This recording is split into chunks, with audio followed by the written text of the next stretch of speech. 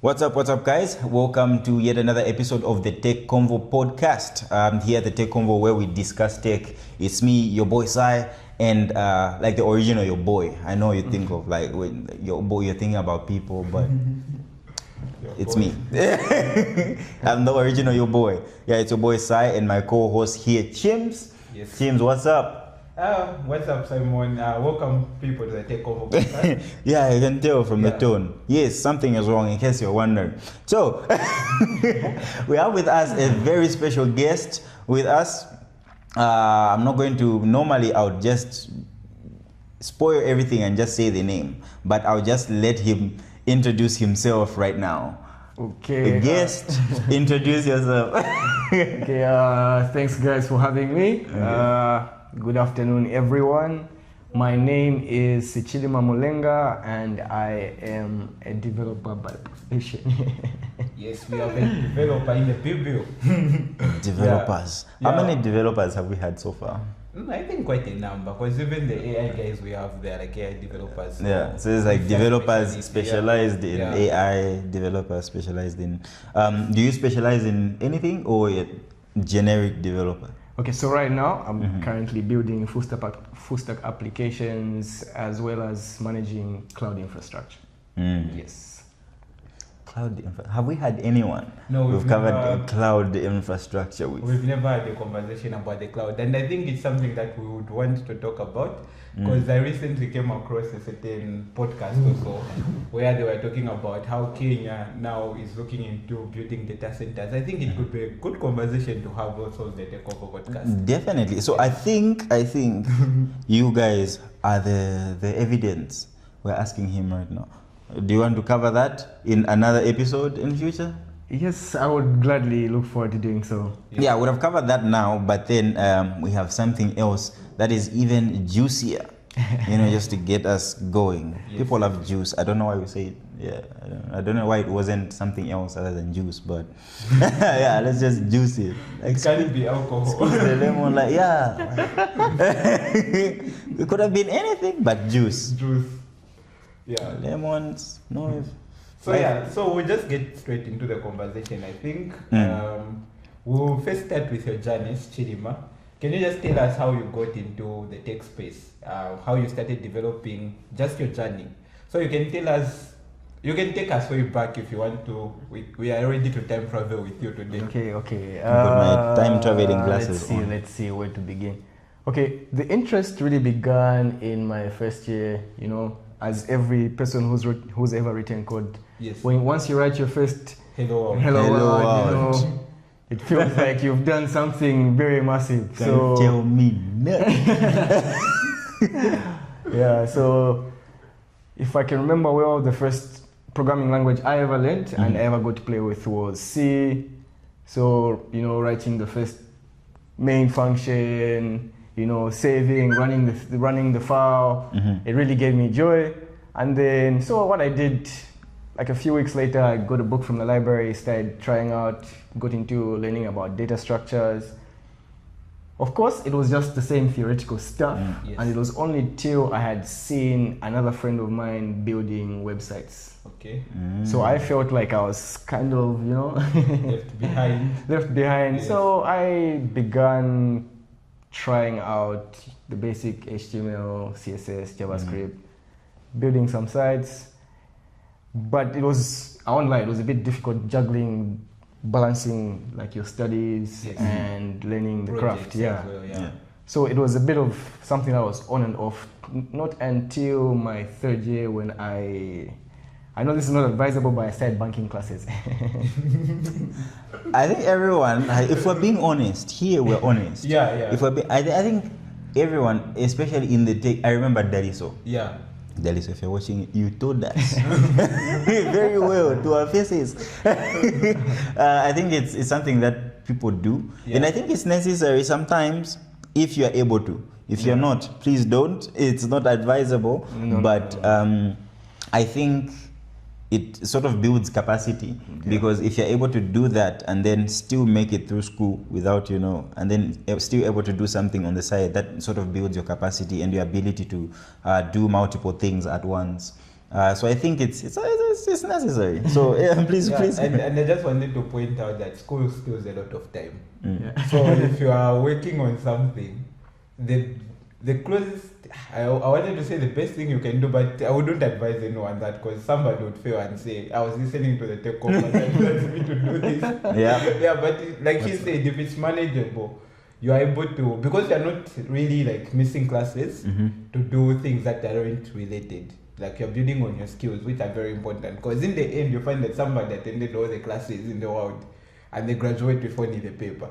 Skill, nothing. Yeah, no. So sometimes it just depends, although. Yeah, it does, but we're not advising you to. And the practical aspect of things really matters. Yeah. Yeah, when it comes to what we are coming into, like practicality, when it comes to people hiring and all that, I've seen people getting hired based off of what they can do, and not necessarily the paper that they have, but based off of the experience that they've had over time and the exposure that they've put themselves to. So I think it's very imperative that you also find time to to do what he was doing.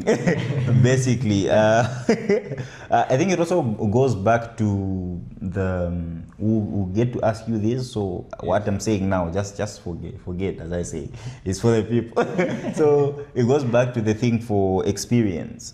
Like, how is it that the company expects me to have 5 years experience when I'm just a graduate? I just graduated like this year, last year. They expect me to have 5 years and all that. Where is it coming from? Where is it coming from? It literally comes from you, not running away from class, but it comes from, I didn't say it, but I say it, but yeah, but it comes from you doing something outside of the school. School really, if we're being honest, it really does steal time. And you need to be strategic in doing sort of cementing your skills as you do it. So it's something that is accompanied by flesh, and it's not just a skeleton handed in paper.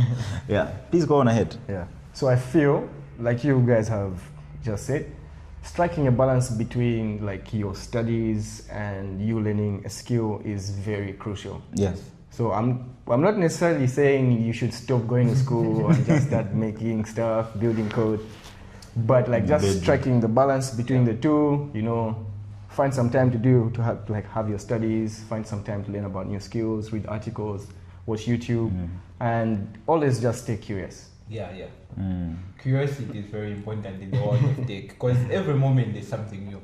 Yeah, and I think you've also experienced it when you are learning to code. Yeah. Tomorrow you just hear somebody say there's C#, and you are doing C.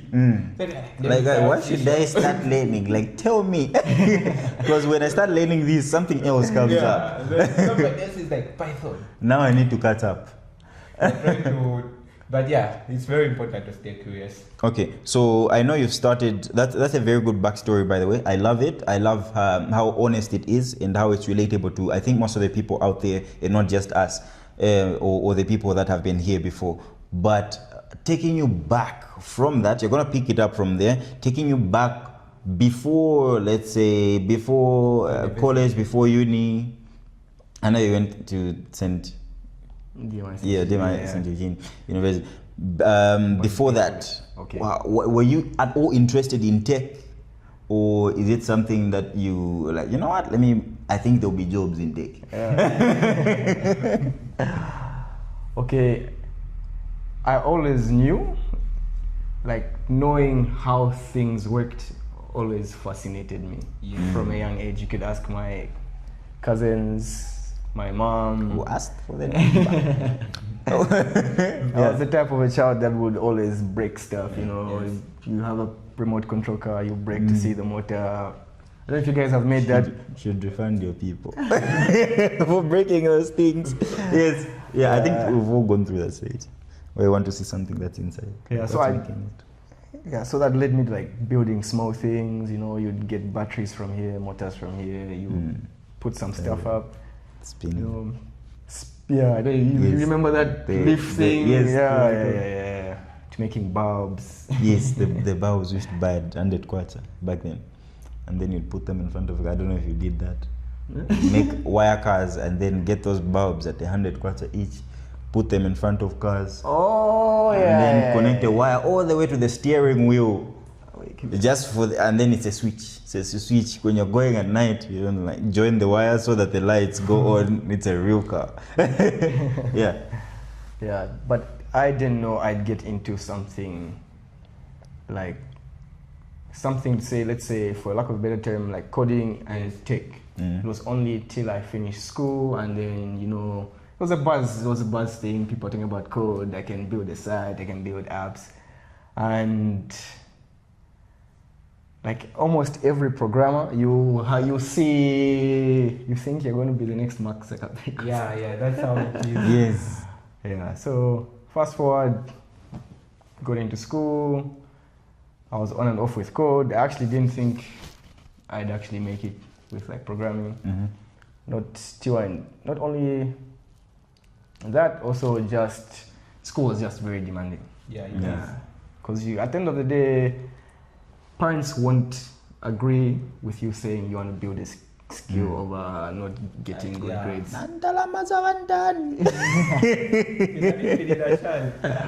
Yes. Yeah. So I started reading books. Started spending a lot of time in the library, YouTube, and then one thing I can just say is if you're pursuing something, like-minded people, you're bound to find like-minded people. And I found like some friends. Was that in university? Yeah, that was in uni. So we'd go to the library. There's this really good guy. He knew how to Code. Yeah, he knew how to code like very well. So he gave me tutorials, and I started watching those tutorials. But in the beginning, I got stuck into what they call tutorial hell. Yeah? Yeah, so I thought I just have to watch as many tutorials. Oh, yeah. So and I then was now you're not like building doing stuff, as yeah. much things. You're just like, I think I've been there. Well, that's a terrible place to be. No, you're making it sound. Yeah, you technically know every YouTuber who does content, who does programming. They can't tell you nothing. You watched everything, but then you can't build. You can't build. Yeah, Ish. that's a terrible place to be. Because I feel what's wrong with that is that you can only build whatever you are building in those tutorials. Yes. Yeah. So it was not only yeah. And then there's this thing where you are doing everything the guy is doing, but then your program is not running. You start thinking if it's because your computer is in Zambia. Yeah, because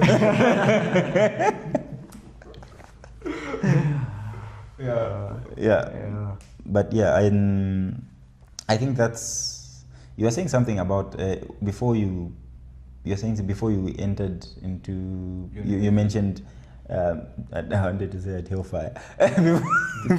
Yes, tutorial hell. You were saying something. You were going into something. Were you about to say something? Oh yeah, what was I saying? What was I about to say? So it was not until I stopped focusing on watching as many tutorials, but started focusing on what I was actually learning, and then from that, just trying to build simple things. You know, the calculators, tic-tac-toes, simple Python scripts. Then you just start trying, you have like these ideas, what if I tried this? The key is just experimentation. Fail fast and learn fast. Yeah, just build as much as you can. I like that. Pick it up. fail fast. I've also picked it up. In case you think, no, I picked it. It's in my pocket. I'm gonna use it. Fail fast and then learn fast. Saves on time, eh? Yeah, it does. Yeah. Because like that, you find out what's wrong. And one thing I've noticed is once you figure out something that gave you hell, you will make sure it sticks in your mind. You know, when I do this, this happens. So to avoid this, I need to do this. and just going forward, that's how you pick up these different skills. And then at the end of the day, after some time, you see yourself building something beautiful. From your experience, you took the route of going through university. Yes. But there are people that don't go that route. Maybe they go the self-taught way, which is why now you watch tutorials and then programming. Between these two, do you think which one is more effective in terms of somebody getting a job? Between the route where you go straight to university, does a degree guarantee you a job? In short, that's what I'm asking. Or there's something more to it than that? Okay. I feel with the current state of things here, most people or most organizations will obviously require a degree. But that does not necessarily mean that you can't break into tech without a degree. Because at the end of the day, it's something that's skill based. Yes. Because you've got people that go to school, you know, they manage to memorize every course, they ace their exams, you know, top their classes. But when it comes to building, because tech is mostly about building Practice, stuff. Yeah, practice, problem solving. So you will need some sort of practicality. I feel what some of the things that maybe self-taught programmers lack is maybe the certain principles around building software that you might not pick up through just watching tutorials. Okay. Yeah, but that does not necessarily mean they can't have them. You know, there's other tutorials that can teach you that, or you've got tutorials, you've got certifications, you've got documentation, you've got articles. The key thing is just being someone who's very curious and willing to just sit through that boring period of, you know, learning, reading. I mean, everybody sees it as it's a cool job. I build apps, I build websites, but nobody is willing to go through that tiring, you know, reading. I like the fact that you've mentioned boring, like your plan, just like spending time. It's actually boring, like watching something, you know, it might take long to understand. And I mean, the easier way would be, let's say that thing needs to be read in an article, or like I need to read this whole article. I could just watch a video for 5 minutes or 10 minutes. You'd obviously opt for the 5-minute video, but then it will sort of have missing information that will cost you more time in future. And with what you said, fail fast, learn fast, that doesn't sit well with that. So like you're just gonna do the opposite thing and take longer. From what he said, one point that I love is we were talking about self-taught versus degree here. So he talked about going through the boring lessons, which are theoretical, and you said that most self-taught people like the theoretical part of it. And these are arguments that we usually have.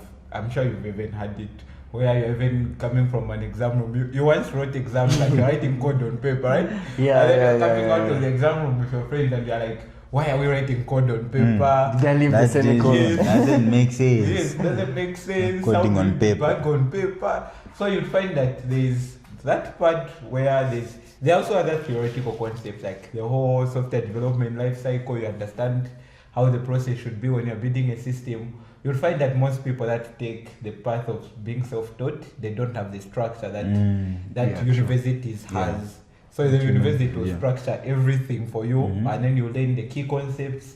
And then, so even when you are doing, I love what you mentioned it, that even as you are going through self-taught path, you need to make sure that you also get those things, because those principles are very important for you as a person who's developing. Yeah, true. Because if you think about it, it's an engineering practice, like building software is. So you should have certain engineering standards as you are building. Because it ensures that you're building, you know, reliable, predictable software.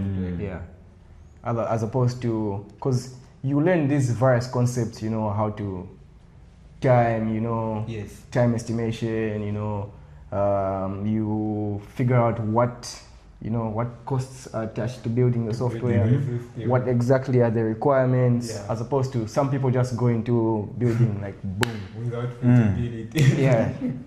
And I think that's why some projects like fail.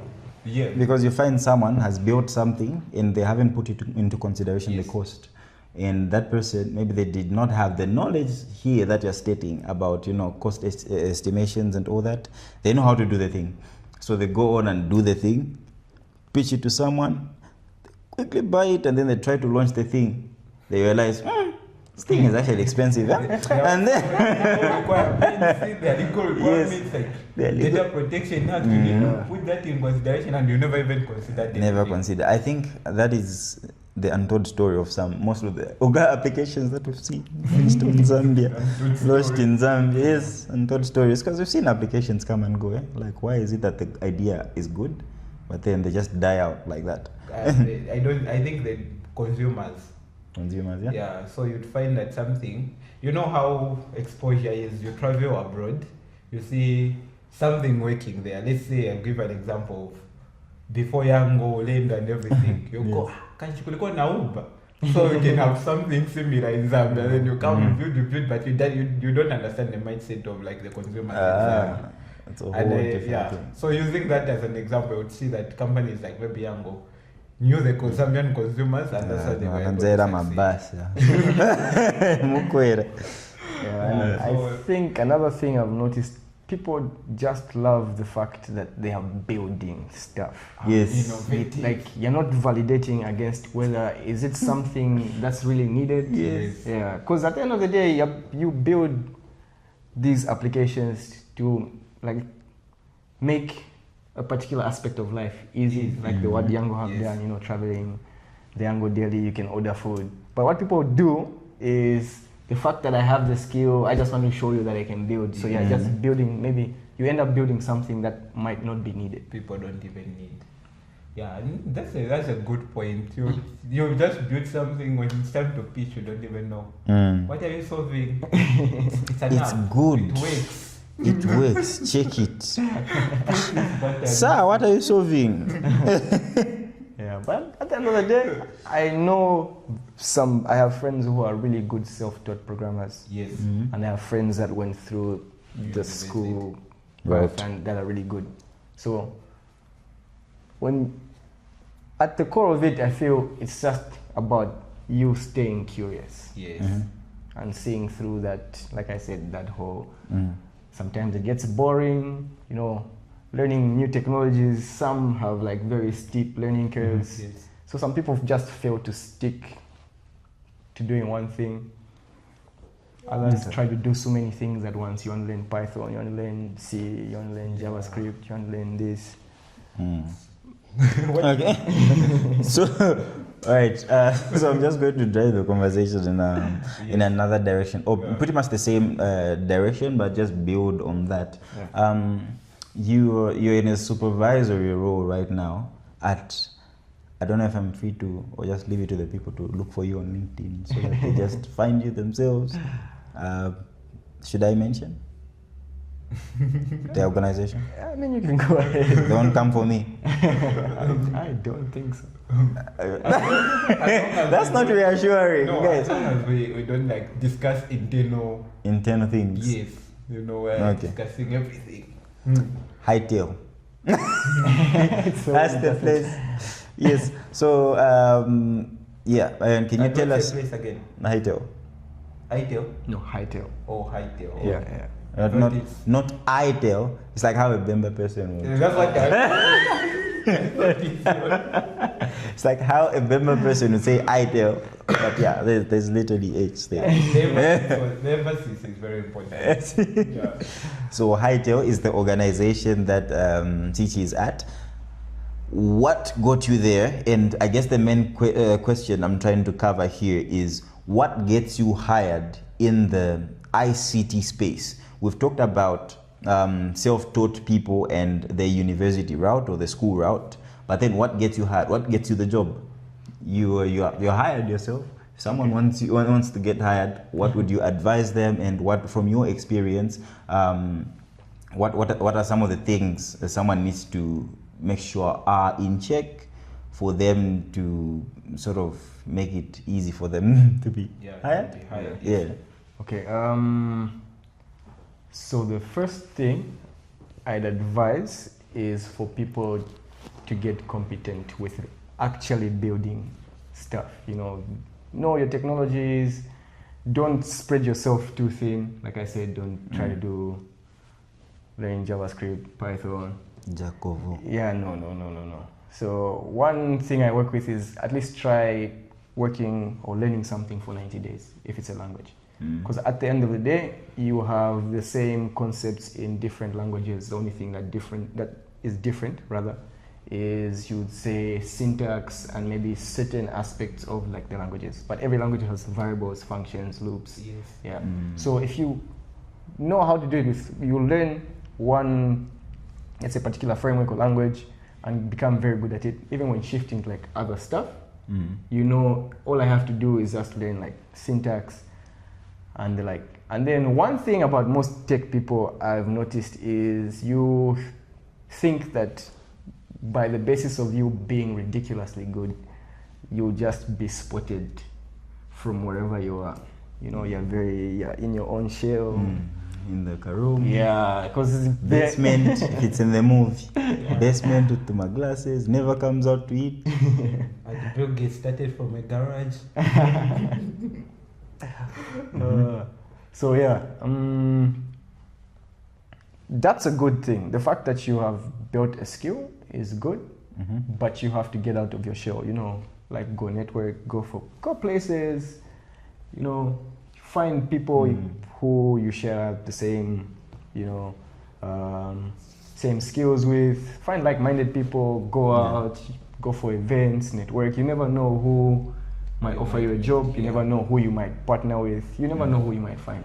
So I've noticed this trend where most tech guys and ladies love to, you know, hide themselves. Private. So As long as I can do it, I'm good.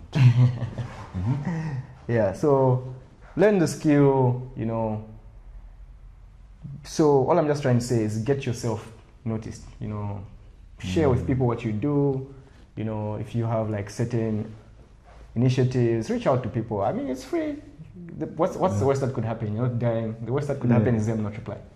Yeah. So, you know, And showcase you what you're get doing. not replied to by your girlfriend every time. The same rule applies. Yeah, So but, it wouldn't hurt. Yeah, I love what you've just said, especially, you know, there's this myth where you are in school, you think, okay, when we graduate, during the graduation ceremony, there are going to be companies and then they'll spot me out. That one who graduated with a distinction, we need him at our company. It might work like that, but it might not work like that. So your chances of being discovered if you're not putting yourself out there are slim. Because how are people even going to know you? It's like you are selling, but then the items that you are selling, let's say it's a shop. Sorry, they just The word selling means a lot.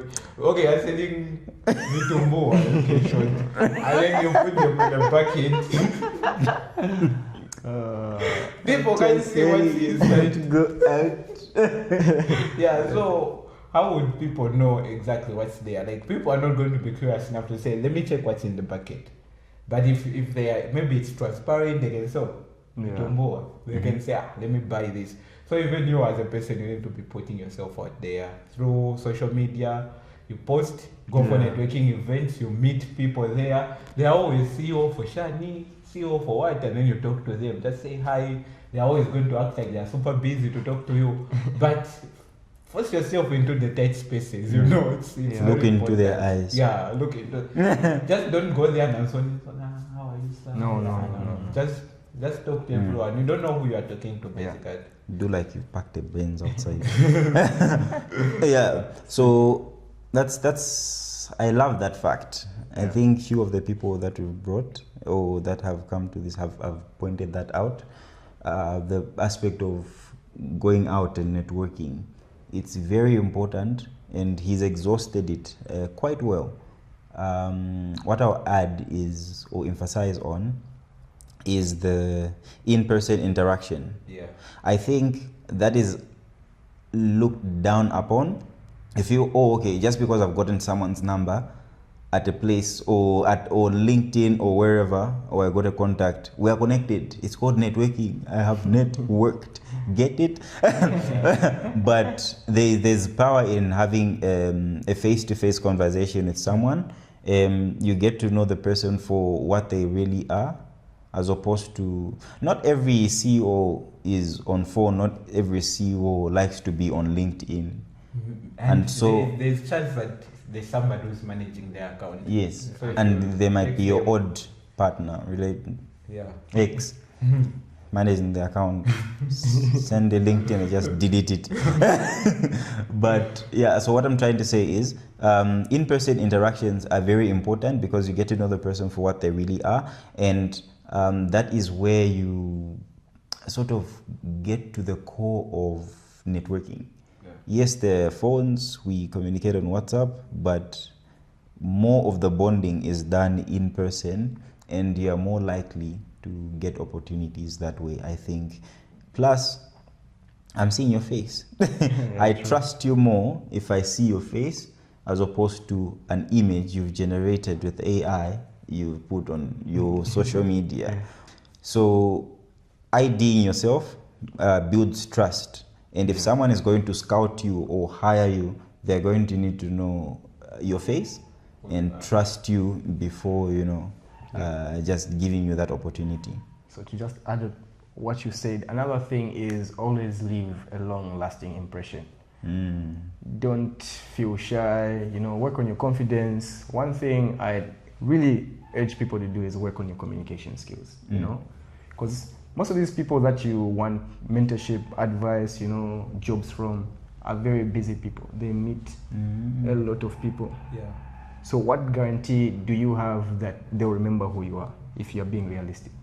So you always have to leave a very good impression, be confident, know what you're talking about, don't beat around the bush, So, like the speech that you give, I'm somewhat of an engineer myself. yes. So, unza. Yeah, Just it's straightforward, man.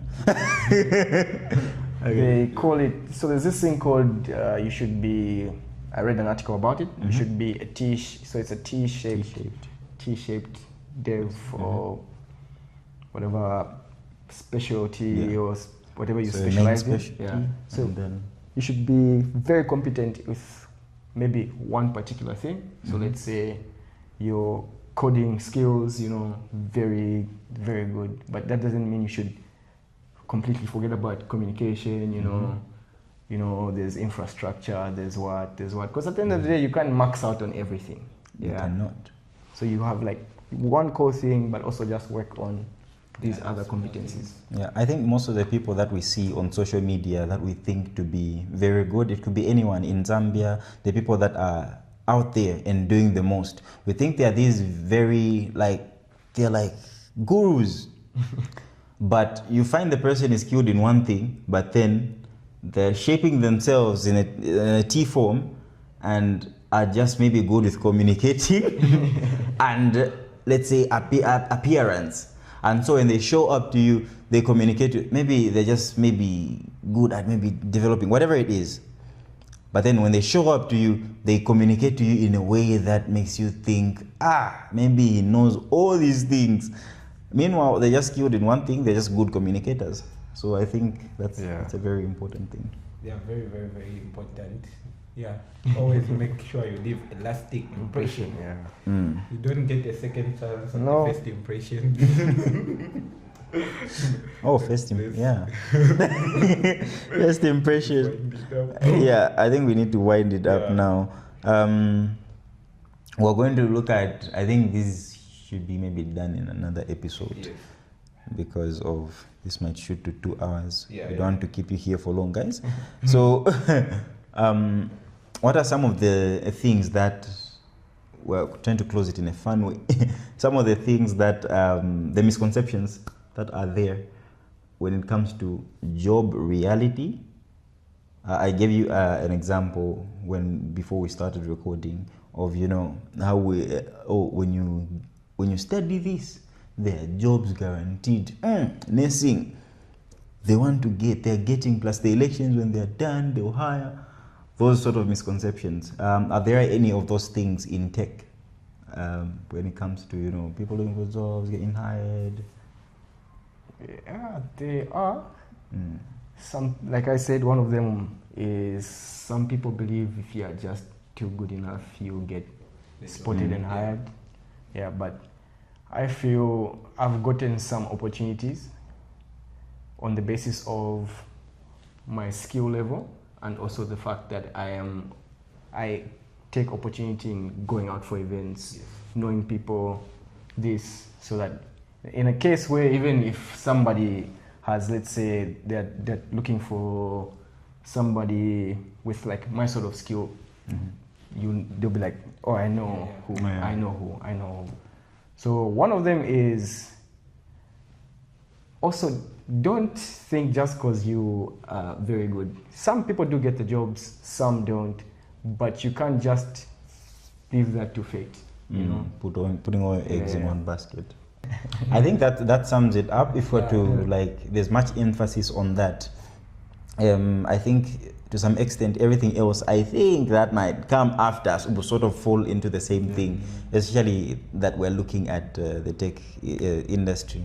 One fun question before we close. That was the last one, guys. We're done. I'm just going to ask, like, you're like you're working right now under an organization, and I had dreads as well, by the way. Don't know if you remember. Yeah. So how is it like working in the space that you're working in with dreadlocks? Okay. So funny thing is, I've never been discriminated over my hair. I've never been told to cut my hair. I feel I mean, just make it look presentable. That's it. Yeah. I think Emmanuel said this similar thing. You remember that he also used to curl his hair. And then you say the same thing. in like a field like ours, if you think about it, like, are you going to disregard someone that could really genuinely build you good stuff based off hair? Yeah. Yeah. So I feel people need to be more flexible around having the hair, because it doesn't necessarily define who you are. Yeah. Agreed. Don't judge me by my hair. We should play. Put it in the edit. Yes. They'll flag it. They'll flag it, eh? But it's very important. I think creative industry and tech, some organization will be flexible with that, where it's just you. It's the government that has a problem. Yeah. It's the government that. Yeah. So thank you so much for everything, Sichi. I think this has been a very insightful episode for me, myself. I believe you as well, James. I believe the audience. You as well. Please, if it has been very insightful, leave a comment and let us know if you have any questions you would like us to follow. We're gonna to cover in our next episode. You heard the promise. He's going to be there to cover another topic with us in future, more into what he specializes in. So thank you so much for sticking around, guys. From me, your boy, the OG your boy, Sai. And my very special guest, Sichi and Chims. It was lovely to be here. This episode, I enjoyed the episode. I forgot about my problems.